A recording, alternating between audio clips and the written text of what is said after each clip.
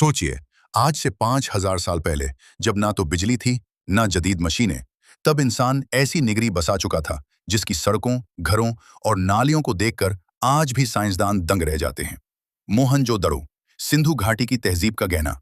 1920 की दहाई में जब उसकी खुदाई हुई तो दुनिया हैरान रह गई, क्योंकि यहाँ की टाउन प्लानिंग 1920 की दहाई में जब उसकी खुदाई हुई तो दुनिया हैरान रह गई, क्योंकि यहाँ की टाउन प्लानिंग इतनी उद्भट थी कि आज की कई जदीद शहर भी उसके सामने छोटे लगते हैं।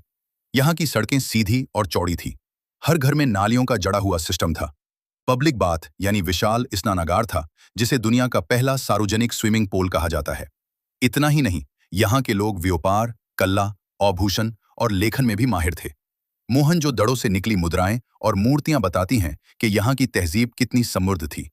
लेकिन सवाल आज भी वही है, इतनी उन्नत तहजीब अचानक लुप्त कैसे हो गई? कुछ साइंसदान कहते हैं बाढ़, कुछ कहते हैं भूकंप, तो कुछ के मुताबिक ये किसी रहस्यमयी आफत का नतीजा था। मोहनजोदड़ो एक ऐसी निगरी जो 5,000 साल पहले भी भविष्य में जी रही थी, लेकिन आज इसकी कहानियां सिर्फ खंडहरों में दफन है।